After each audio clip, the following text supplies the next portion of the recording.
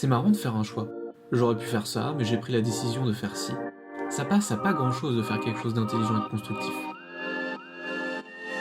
Je me suis renseigné, oui parce que ça m'arrive, apparemment ça repose sur 3 étapes afin de prendre la bonne et ultime décision, parce que faire le bon choix, ça s'apprend. Première étape, modélisez vos expériences. Commencez par analyser la manière dont vous effectuez vos petits choix quotidiens. Les faites-vous plutôt à l'instinct, avec votre cœur, ou bien avec votre tête ? Deuxième étape, la méthode rationnelle pour faire un choix. Une méthode classique consiste à peser le pour et le contre de chaque option. Rien de bien révolutionnaire me direz-vous. C'est vrai, mais en réalité, peu de personnes prennent vraiment le temps de le faire. Pour, j'arriverai plus vite en bas. Contre, j'aurai plus l'usage de mes jambes.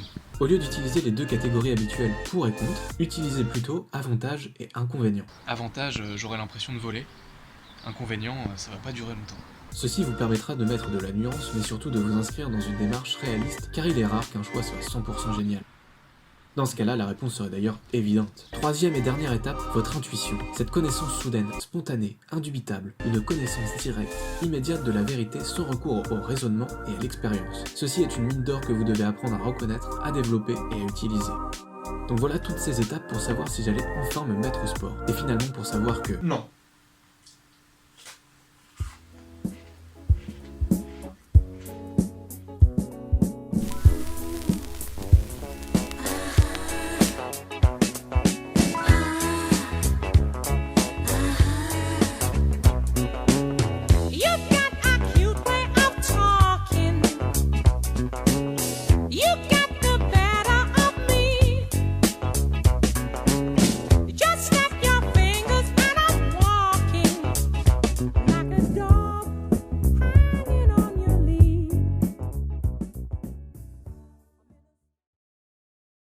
Que feriez-vous si vous saviez la Terre condamnée par un astéroïde qui fonce droit sur la Terre? C'est là toute la question de Seeking a Friend for the End of the World. Seeking a Friend for the End of the World, ou Jusqu'à ce que la fin du monde nous sépare en VF, est un film de Lawrence Kafaria, jeune réalisatrice qui en 2012 signe juste son 2e film, qui sera d'ailleurs le plus connu puisqu'elle a pour acteur principal Steve Carell. Seeking a Friend for the End of the World, c'est l'histoire d'une planète, la nôtre, condamnée par l'arrivée d'un astéroïde. On va alors s'intéresser à Dodge et Penny, 2 personnes que tout oppose et qui vont devoir affronter la fin du monde ensemble. Ils vont alors partir sur les routes, d'une part pour trouver un avion et emmener Penny chez ses parents qui sont en France, et d'autre part pour retrouver l'amour de jeunesse de Dodge qui lui a avoué ses sentiments il y a 3 mois. On va alors découvrir dans ce road trip movie à quoi peut ressembler l'Amérique. À travers ce voyage, Dodge et Penny vont surtout apprendre qui ils sont en développant leur relation d'abord amicale, puis romantique. Steve Carell est doublé par Constantin Papas qui est son doubleur officiel. Il double notamment Peter Dinklage aka Tyrion Lannister dans la série Game of Thrones, mais surtout le doubleur régulier de Bobby Cannavale, dernièrement vu dans Motherless Brooklyn, réalisé par Edward Norton. Pour Penny, interprétée par Keira Knightley, on retrouve au doublage Sybille Tureau qui est sa voix attitrée. Elle double souvent Christina Hendricks, notamment dans l'étrange The Neon Demon. Jusqu'à ce que la fin du monde nous sépare marque le premier passage à la réalisation de Lawrence Kafaria.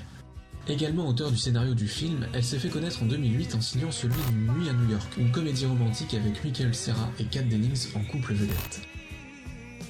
Au tout début du film, vous pouvez voir Nancy Carell, la femme de Steve Carell, qui joue son propre rôle dans le film. Elle est en effet l'épouse du personnage de Dodge, qui le quitte dès qu'elle apprend que la Terre va être détruite. Lors du tournage, cette petite scène d'ouverture fut la dernière à être tournée, et coïncidence, elle le fut le même jour de l'anniversaire du mariage de ces 2 acteurs.